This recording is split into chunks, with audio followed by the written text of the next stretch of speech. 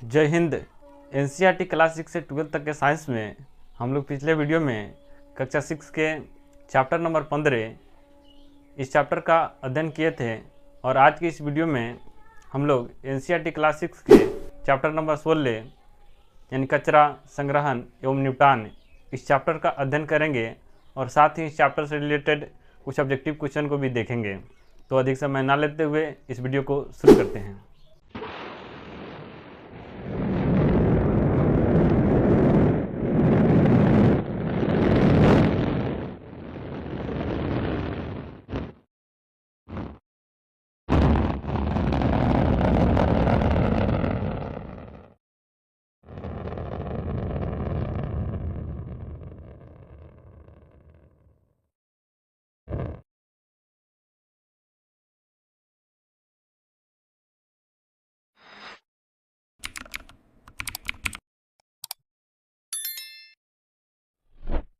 इस वीडियो में हम लोग इन टॉपिक पर बात करेंगे।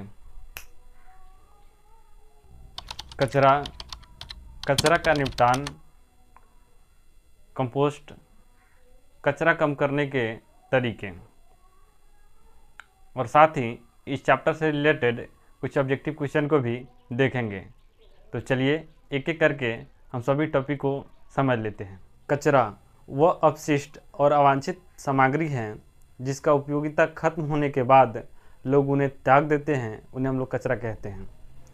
जैसे आप लोग समझे अपशिष्ट खाद्य सामग्री, जैसे अगर आपके घर में कभी लौकी आता होगा तो उस लौकी के जो छिलका बच जाता होगा उसे गांव में तो लोग भैंस या फिर गाय को खिला देते हैं, लेकिन शहर में लोग उन्हें फेंक देते हैं, कचरा बना देते हैं।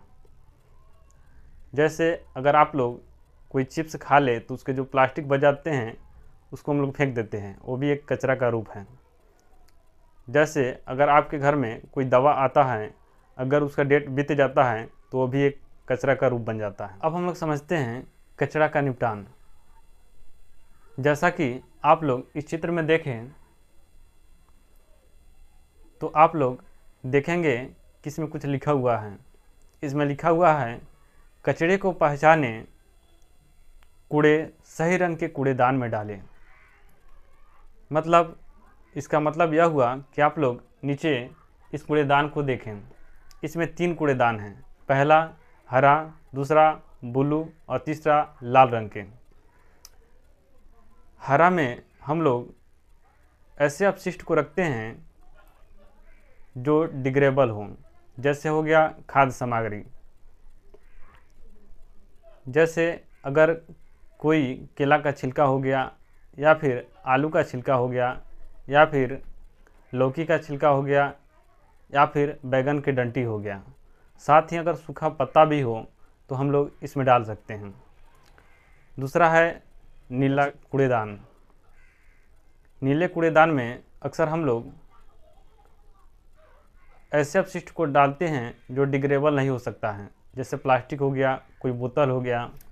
और लाल रंग के कूड़ेदान में हम लोग ऐसे अपशिष्ट को डालते हैं जो हानिकारक हो, जैसे कोई मेडिसिन हो गया, कोई दवा हो गया या कोई ऐसा पदार्थ हो गया जो हानिकारक हो, उसको हम लोग लाल रंग के कूड़ेदान में डालते हैं। और भारत सरकार यानी पीएम मोदी 2014 ईस्वी में स्वच्छ भारत अभियान 2 अक्टूबर को चलाए थे, जिसमें उन्होंने कहे थे कि हम लोग खुले में स्वच्छ मुक्त भारत बनाएंगे, कि कोई भी बहन बेटी या कोई भी माता है वो खुले में शौच करने नहीं जाएगी। उनके लिए उन्होंने फंड भी दिए थे और साथ ही निर्णय भी लिए थे कि भारत को हम लोग स्वच्छ बनाएंगे। और जगह जगह नगर पालिका भी स्थापित किए थे। नगर पालिका के जो गाड़ी होते हैं वो सुबह सुबह आते हैं और जैसा कि आप लोग इस चित्र में देखें उस तरह के कूड़ेदान होते हैं और हम लोग उस कूड़ेदान में अपशिष्ट को रख देते हैं, जिससे वे लोग आते हैं और कूड़ेदान से अपशिष्ट को निकाल करके अपने गाड़ी में लाद करके और दूर ऐसे स्थान पर जाते हैं जहाँ कोई जनसंख्या ना हो और जहाँ का जगह खाली हो और भराव क्षेत्र हो, उस स्थान पे कूड़ेदान को इकट्ठा करते हैं और वह कूड़ेदान अधिक हो जाता है तो उसे लोग माटी से ढक देते हैं और 20 साल तक छोड़ देते हैं। और उसके ऊपर जब एक मोटा मिट्टी का परत जम जाता है तो वे लोग उस पर पार्क या फिर ऐसे खेलने वाले जगह का निर्माण कर देते हैं। हम लोग अगर कचरा को अलग अलग करके दें तो वे लोगों को आसानी होता है। अब हम लोग कंपोस्ट को समझते हैं। कंपोस्ट मतलब होता है खाद। सबसे पहले कंपोस्ट को समझने से पहले हम लोग समझते हैं कि कचरा कितने प्रकार के होते हैं। कचरा 2 प्रकार के होते हैं। 1 नंबर में होते हैं जैव निम्नीकारक और 2 नंबर में होते हैं अजैव निम्नीकारक, यानी बायोडिग्रेडेबल और नॉन बायोडिग्रेडेबल। जैव निम्नीकरण जो अपशिष्ट होते हैं, ऐसे अपशिष्ट होते हैं जो सूक्ष्म जीवों द्वारा जिनका अपघटन हो जाता है, यानी जो टूट जाते हैं। और अजैव निम्नीकरण होते हैं ऐसे अपशिष्ट होते हैं जो सूक्ष्म जीवों द्वारा अपघटित नहीं होते हैं, और होते भी हैं तो बहुत लंबे समय तक होते हैं। जैसे प्लास्टिक हो गया, बोतल हो गया। और जैव निम्नीकरण में हो गया जैसे भोजन के अपशिष्ट हो गया, या फिर खाद्य सामग्री के अपशिष्ट हो गया, या फिर सूखे पत्ते हो गए। अब हम लोग समझते हैं कंपोस्ट को। देखिए, कंपोस्ट में भी होता है 2 प्रकार के होता है। 1 नंबर में जैविक और 2 नंबर में होता है रासायनिक। तो हम लोग समझते हैं पहले जैविक। सबसे पहले एक गड्ढा बनाया जाता है, जैसा कि आप लोग इस चित्र में देखें, और उस गड्ढे में चारों तरफ से एक मच्छरदानी लगा दिया जाता है, और उस मच्छरदानी में क्या किया जाता है, गोबर और साथ ही मिट्टी और साथ ही जो भी खाद्य पदार्थ के छिलके होते हैं उसमें डाल दिया जाता है, और केचुआ को भी डाला जाता है। अगर लाल केचुआ उसमें डाला जाता है तो उस खाद को हम लोग वर्मी कंपोस्ट कहते हैं। अगर उसमें लाल केचुआ को 2-3 महीना के लिए डाल दिया जाए तो 2-3 महीना बाद वो मिट्टी के रूप में खाद तैयार होता है, जो जैविक खाद होता है, जो हमारे कृषि के लिए बहुत ही उपयोगी होता है। और केचुआ को किसान का मित्र कहा जाता है। लेकिन अक्सर देखिएगा कि खेतों में लोग जब फसल की कटाई कर लेते हैं तो उसके जो डंठल बच जाते हैं, जैसे पूरा हम लोग कहते हैं, तो उसको लोग खेतों में जला देते हैं, क्योंकि लोग कहते हैं कि अगर राख बच जाएगा तो जिससे खाद के रूप में काम करेगा। लेकिन खेत में जला देते हैं। खेत में जलाने से क्या होता है, जैसे आप लोग किसी चिमनी को देखे होंगे जिसमें ईंटा पकता है, उसमें भी अग्नि होता है, और ईंटा पहले मिट्टी क्या होता है, और वो पक जाता है तो उस पर देखते हैं कि कोई भी घास या फिर कोई भी फसल नहीं उगता है। उसी तरह से यदि खेतों में फसल के डंठल को जलाते हैं तो हमारे जो खेतों में जो उत्पादन की क्षमता होता है वह कम होने लगता है, और साथ ही जो केचुआ होते हैं जिन्हें किसान का मित्र कहा जाता है वो भी नष्ट होने लगते हैं। और जो मिट्टी में जो सूक्ष्म जीव होते हैं जैसे राइजोबियम बैक्टीरिया होते हैं वो भी नष्ट होने लगते हैं। अब हम लोग समझते हैं रासायनिक कंपोस्ट को। रासायनिक कंपोस्ट जैसे हो गया यूरिया हो गया, पोटास हो गया, या फिर फॉस्फेट हो गया। जैसे अक्सर एग्जामों में आता है यूरिया का सूत्र आता है। यूरिया का सूत्र होता है NH2 को NH2 मतलब NH2CO NH2। अब हम लोग समझते हैं कचरे को कम करना। कचरे को कम करने के लिए सबसे पहले हमें अपने सूझबूझ का इस्तेमाल करना होगा। हमें जितना आवश्यकता होगा उतना ही कोई वस्तु लेंगे, और अगर आवश्यकता नहीं होगा तो वस्तु को नहीं लेंगे। कचरे को कम करने के लिए 2 विधियां हैं। 1 नंबर है पुनः उपयोग और दूसरा है पुनः चक्रण। पुनः उपयोग में जैसे अगर हमारे पास कोई रद्दी न्यूज़पेपर है तो उसका उपयोग हम लोग प्रसाद बांटने में भी कर लेते हैं। अगर हमारे पास जैसे कोई पंखा है अगर उसका पत्ती टूट जाता है तो हम लोग उसे साट के भी ठीक कर लेते हैं। और साथ ही जैसे हमारा शॉर्ट है अगर कभी फट गया तो उसे हम लोग सिल के भी ठीक कर लेते हैं, यानी पुनः उसका उपयोग कर लेते हैं।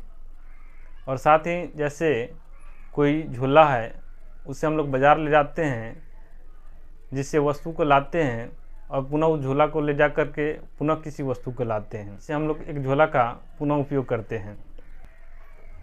अब हम लोग समझते हैं पुनः चक्रण को। जैसे अगर हम किसी कबाड़ी वाले को लोहा या एल्युमिनियम बेचते हैं तो वे लोग ले जा कर के फैक्ट्री में उसको गला देते हैं और पुनः उस एल्युमिनियम से कोई नया वस्तु तैयार कर लेते हैं, यानी कोई नया बर्तन तैयार कर लेते हैं। कुछ महान व्यक्तियों के कथन हैं कि स्वच्छता में ही ईश्वर का वास होता है। जैसे आप लोग गाना भी सुने होंगे कि हमने आंगन नहीं बहारा, कि हमने आंगन नहीं बहारा, कैसे आएंगे भगवन, कैसे आएंगे भगवन। अब हम लोग इस चैप्टर से रिलेटेड कुछ ऑब्जेक्टिव क्वेश्चन को देखते हैं, आप लोग भी साथ साथ उत्तर दें। हरा कूड़ेदान में किस तरह के अपशिष्ट रखते हैं? तो एक खाद्य पदार्थ यानी जो डिग्रेडेबल होते हैं उस तरह के अपशिष्ट को रखते हैं। नीले कूड़ेदान में हम लोग किस तरह के अपशिष्ट को रखते हैं? तो इसमें जो नॉन बायोडिग्रेडेबल हो, जैसे प्लास्टिक हो गया या बोतल हो गया, उस तरह के अपशिष्ट को रखते हैं। लाल रंग के कूड़ेदान में किस तरह के अपशिष्ट को रखते हैं? तो लाल रंग के कूड़ेदान में हम लोग अक्सर जो हानिकारक अपशिष्ट होते हैं, जैसे कोई मेडिसिन हो गए, उसको रखते हैं। खुले में शौच मुक्त भारत मिशन पीएम मोदी कब चलाए थे? तो 2 अक्टूबर 2014 ईस्वी को। प्लास्टिक जैव निम्नीकरण या अजैव निम्नीकरण के अंतर्गत आता है, तो यह हमेशा अजैव निम्नीकरण के अंतर्गत आता है। लेकिन आजकल अमेज़न के जो जंगल हैं उसमें जो फंगस पाए गए हैं वो प्लास्टिक को खा करके पानी में कन्वर्ट कर देते हैं। यह न्यूज़ में अक्सर था। महत्वपूर्ण सूचना, आज हम लोग पिछले वीडियो में 1 से लेकर के आज 16 चैप्टर तक के संपूर्ण अध्ययन कर चुके हैं। और जैसा कि 6th क्लास में 16 चैप्टर ही हैं, लेकिन हम इसके अब 4 वीडियो और करेंगे। पहले वीडियो में हम लोग 1 से लेकर के 16 चैप्टर तक के संपूर्ण थ्योरी को देखेंगे। दूसरे वीडियो में हम लोग 1 से लेकर के 16 चैप्टर के संपूर्ण ऑब्जेक्टिव क्वेश्चन को देखेंगे।